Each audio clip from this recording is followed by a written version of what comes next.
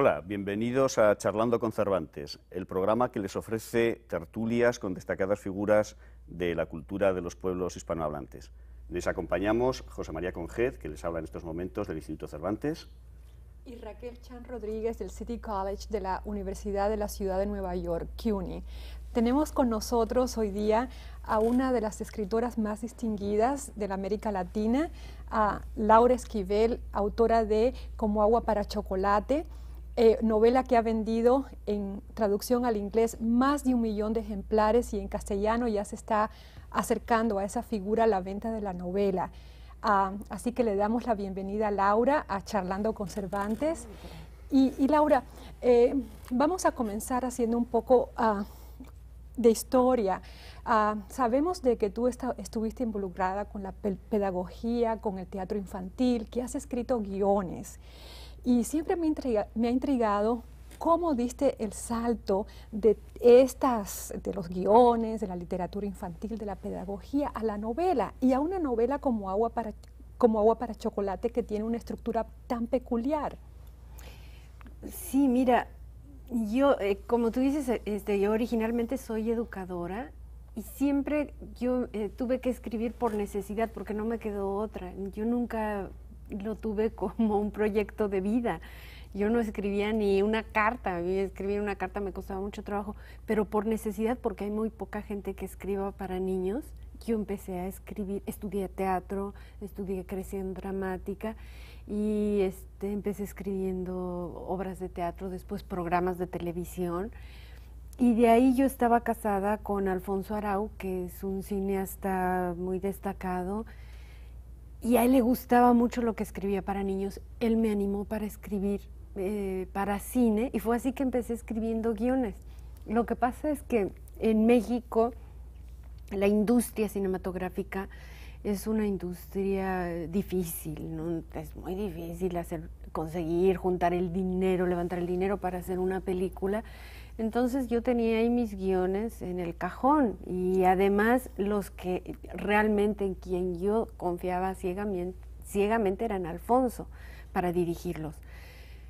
Pero de cualquier manera ya traía toda la experiencia también de la televisión, que tú escribes un guión y a la hora de la hora le quitan no sé cuántas escenas o te hacen matar a tal personaje o te lo quitan, te lo cambian, es terrible. Yo ya estaba muy frustrada de que no podía expresar todo lo que quería o de que las imágenes que yo proponía no se podían llevar a la pantalla tal y como yo las había imaginado. Entonces, curiosamente, escribir Como agua era escribir la película, mi película ideal. La película que nadie me iba a filmar, que no me iban a decir, no tenemos presupuesto para esto, hazla nada más en un departamento, no tenemos para el rancho, no tenemos... Y fue así que la escribí, pero lo que son las cosas, el éxito de la novela hizo posible que se hiciera la película, pero nunca lo esperé. Y fue así como que una cosa siempre me ha llevado a la otra. Tú nos decías un poco antes de empezar el programa, mientras estábamos charlando, que tienes una imaginación fundamentalmente visual, que se te ocurren primero imágenes mucho antes que las palabras. Es decir, es como si vieras primero una película y luego escribes tus novelas, ¿no es así? Sí. Yo creo que me viene de todo esto de la televisión, luego del cine, y para mí es muy claro, yo veo en imagen el problema y la cuestión dramática con mucha mayor facilidad que en el papel. Entonces, por ejemplo, ahora con mi segunda novela que estoy escribiendo, hubo un momento en que estaba yo atorada, no podía continuar, y la solución fue escribir el guión de cine, ¿no? Entonces a la mitad suspendí, escribí el guión de cine y ahora ya nada más estoy... Sí, a mí me ha interesado mucho lo que le comentaste a José María, porque en efecto, en Como agua, hay un sistema de comunicación que desplaza al signo lingüístico. O sea, la comunicación de los personajes principales, ¿no es cierto?, se hace a través de las recetas de cocina, y la cocina se convierte pues como en un lugar sagrado, y el resultado de esa cocina influye, ¿no es cierto?, en la actuación de los personajes de la novela y decide, por ejemplo, su vida. Estoy pensando en esa famosa receta que me tienes que dar a ver si es que funciona, esta de las codornices en pétalos de rosa, ¿no? Entonces, ¿por qué, Laura, le das tú a la cocina esa importancia, no solo a las recetas, sino a la cocina como espacio dentro de la novela? Bueno, mira, es que para mí es la misma importancia que tiene en mi vida.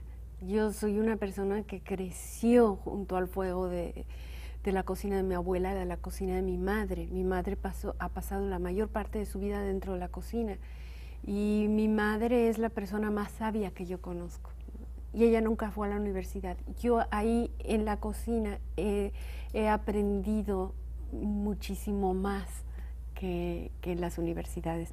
Yo pienso que lo que pasa es que este siglo devaluó muchísimo, sobre todo este siglo, en general, todo lo que tenía que ver con estos espacios. Todo lo que pasa dentro de la cocina no tiene un valor productivo. Uno no está produciendo, no está obteniendo una ganancia económica. Por lo tanto, en este siglo que se ha caracterizado por las cuestiones económicas, obtener, cubrir tus necesidades materiales en contraposición de las espirituales, bueno, ahí no pasaba nada, ahí no estaba ocurriendo nada. Y yo pienso que es la fuente original de conocimiento. De ahí salieron a las universidades, ahí es donde realmente se ha descubierto, el hombre ha descubierto los elementos que conforman el mundo, cómo transformarlos. Hay una magia, es un laboratorio impresionante de alquimia, suceden cosas minuto a minuto y yo estoy convencida de que uno transmite emociones, de que es un lugar completamente mágico, que si tú unes los 4 elementos de la naturaleza más tu emoción, por supuesto que el resultado tiene que ser mágico. Y siempre tuve la obsesión de trasladar todo este mundo a la literatura y de narrar de alguna manera la historia de una familia a través de recetas, porque en mi caso, y yo pienso que en el de todo mundo, nuestro pasado está encerrado en recetas, ¿no? Es decir, los momentos más importantes de tu vida siempre ha estado presente una receta de la madre, de la abuela, no sé qué. Cuando uno se casa, uno quiere comer es el platillo de la familia, ¿no? Y todo el mundo participa. Y así es. T.S. Eliot decía, y estaba de acuerdo completamente contigo, que una de las pruebas de la decadencia de Inglaterra era el descuido que los ingleses tenían en la cocina. Yo te iba a preguntar, relacionado con esto, has hablado de tu madre, de tu abuela. En la novela efectivamente hay al principio y al final una primera persona, la narradora, que parece la propia Laura Esquivel y que dice que todas estas recetas las aprendió de su abuela, que era la protagonista del libro. Es entonces una crónica familiar. ¿Qué es lo que hay de fábula en la novela? ¿Qué es lo que hay de autobiografía familiar? Claro. Mira, no es estrictamente autobiográfica, pero por supuesto que sí, en el sentido de que la cocina es parte importantísima de mi vida.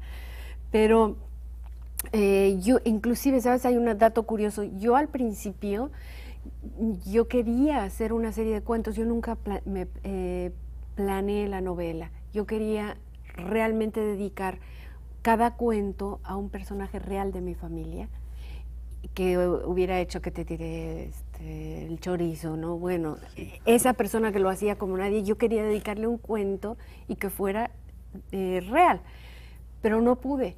Intenté, tengo por ahí el primero, intenté y fue dolorosísimo porque sí estaba relacionado conmigo y toda la tarde me la pasé llorando, acordándome de esto y lloré. Y yo dije, nunca voy a acabar. Entonces lo que decidí fue crear una familia ficticia que no tenía nada que ver conmigo y le hice la historia gastronómica a esa familia con las recetas que a mí me gustaban. Eso sí, las recetas son todas ellas muy queridas por mí, pero se las puse a otra familia y entonces ya la cosa funcionó.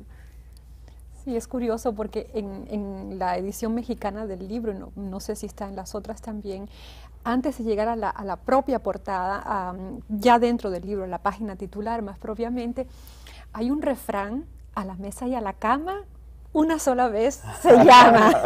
Entonces, pero a mí lo que me interesa del refrán, quisiera saber, uno, por qué lo escogiste, y segundo, que, bueno, a la mesa y a la cama son dos espacios que pueden concitar poder o no para la mujer. Si de alguna manera, al escoger ese refrán, tú querías, como decimos en los Estados Unidos, empower, ¿no?, a esas personas que están en la cocina y en la cama, a veces no tan gustosamente en uno o en otro lado.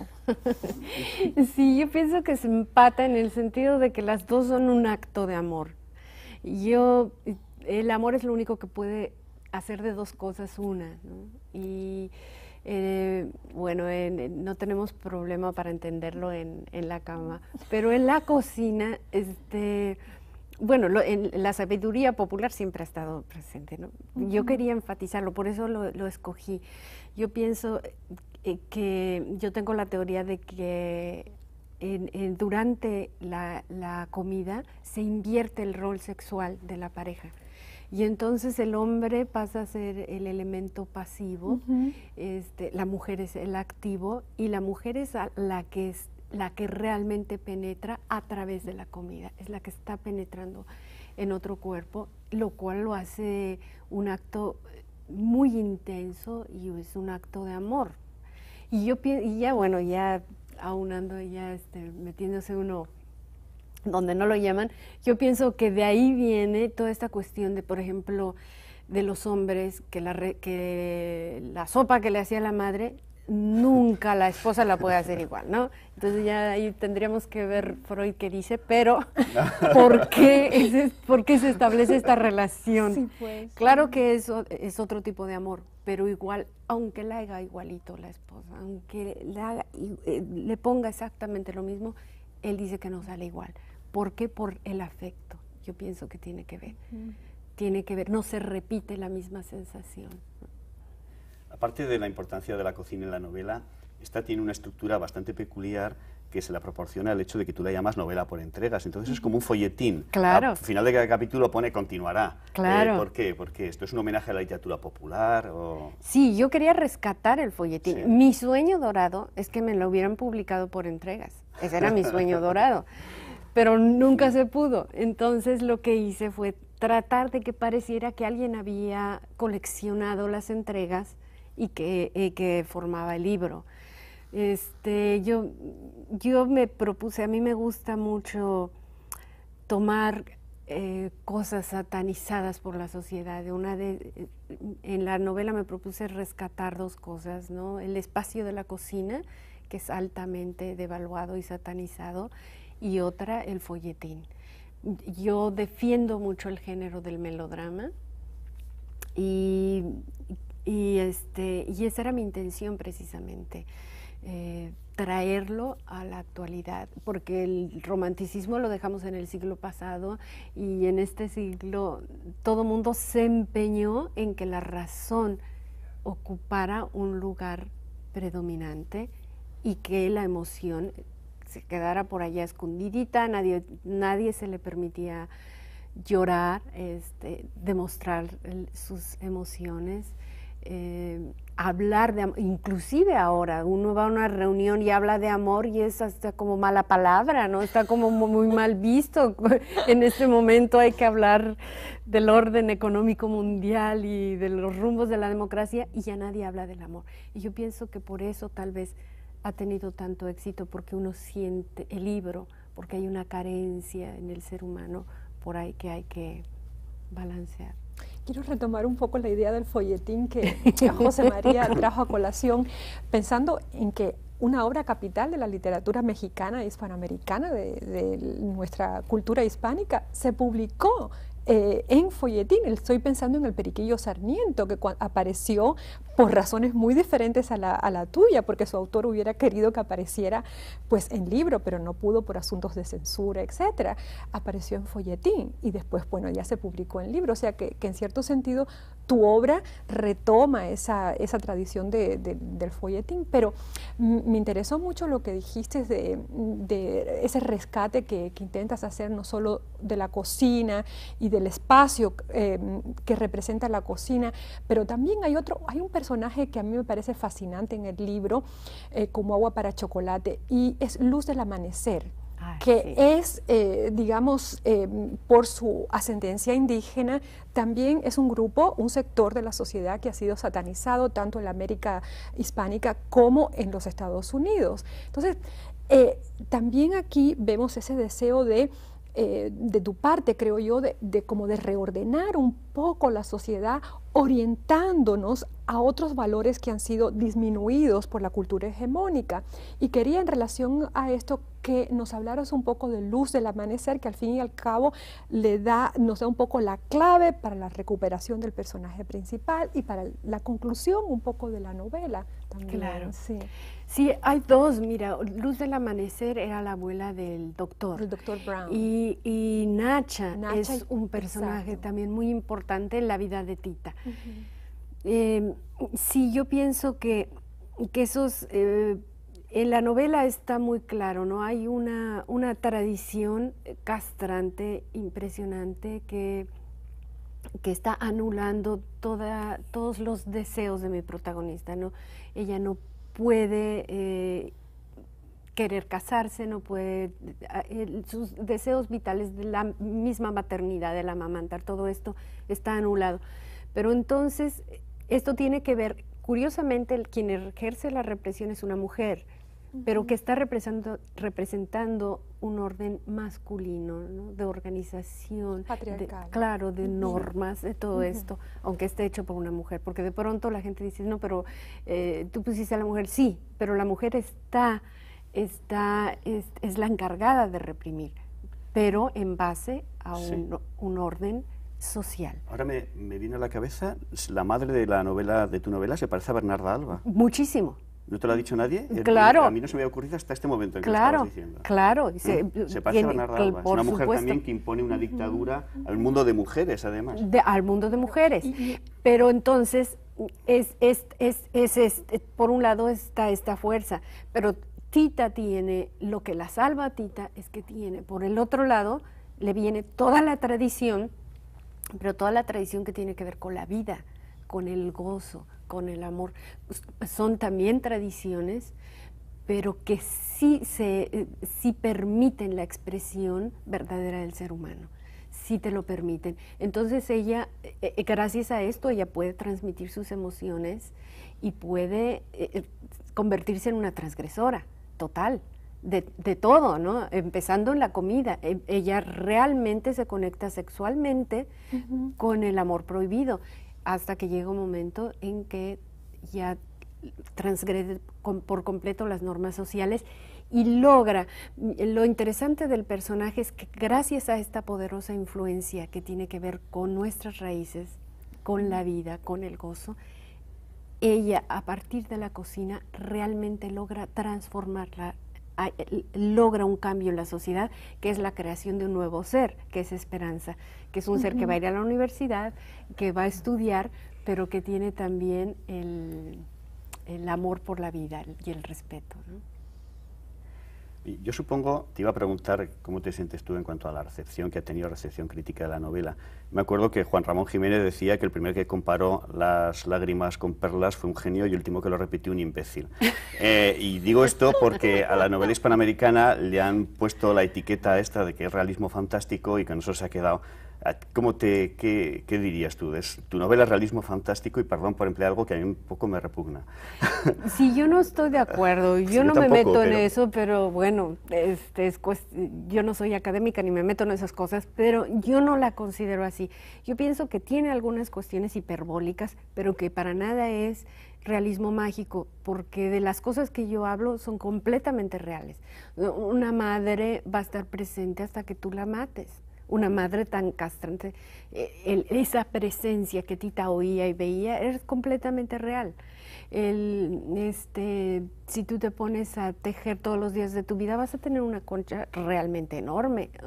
Sí, es una exageración, pero pasa. Lo único que puede ser, pero que yo lo tomo más como metáfora, porque yo estoy convencida de que sí hay un cambio. Cuando tú pones un gran amor y una pasión, incendias a cualquiera, ¿no? Como Gertrudis. Pero sí, yo no estoy de acuerdo en que sea realismo mágico. Me alegro. Pero la idea de la hipérbole no es, o sea, de la exageración, llamémosla así, en el lenguaje de todos los días, digamos, es algo que está muy dentro de la tradición popular de la América Latina. O sea, la cultura popular, al repetir un mismo hecho una y otra vez, pues exagera, agranda, cambia. Y en cierto sentido, yo creo que tu novela está ya sentada dentro de esta tradición de la cultura popular. Pero quería volver al personaje de la mamá, o sea, la matriarca de la familia, que representa los valores sociales transgredidos, subvertidos, si se quiere, por Tita, Chencha, Luz del Amanecer, y un poco el doctor John Brown, que es un personaje también fascinante. Para decirte que ella también, en su pasado, recordemos a la hija, que no es del esposo, sino de un amante que tuvo, fue víctima de esa sociedad y ha tenido que vivir totalmente escondiendo ese hecho, y hasta su esposo, cuando se lo dijeron en una reunión social, murió de un ataque al corazón. O sea, en fin, que ella es víctima de esos valores que está tratando de imponer en su casa, y de ahí la contradicción de ese personaje. Claro, claro, ese personaje es muy interesante porque no es una mujer que reprime porque sí, es una mujer, es una represora que ha sido reprimida, ¿no? Eso es todo. Y nada más quería también decir otra cosa que pienso que es muy interesante, que yo reflejo nada más nuestra forma de vida. Nosotros, no es realismo mágico porque es la vida de día con día. Yo personalmente, yo fui testigo en una fiesta de un pueblo. En México decimos que la gente que ha hecho un coraje no puede hacer los tamales porque no se van a cocer. Yo estuve en una fiesta donde no se cocían, y todo el mundo esperando los tamales en un pueblo, y de pronto alguien dijo, no, es que la cocinera estaba muy enojada. Total que la solución fue que todo el mundo le fue a cantar a los tamales a la cocina, y los tamales se cocieron inmediatamente.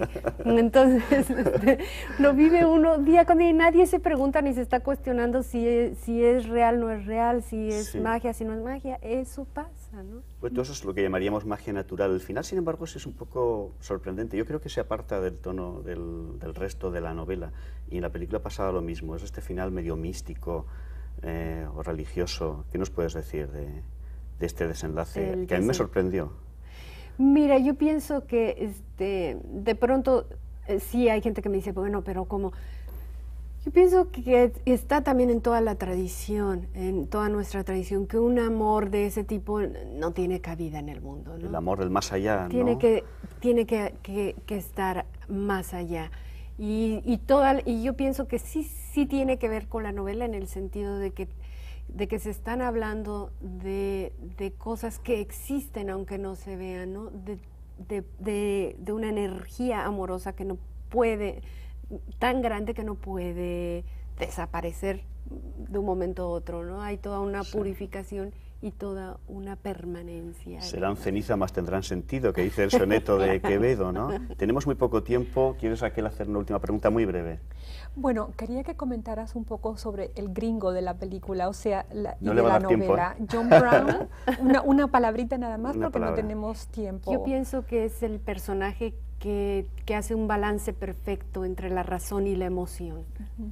Sí, creo que estamos ya al límite.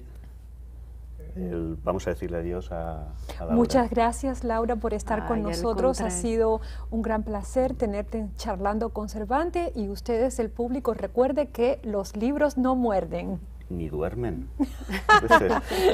Bueno, esperamos que en el próximo programa vuelvan a estar con nosotros.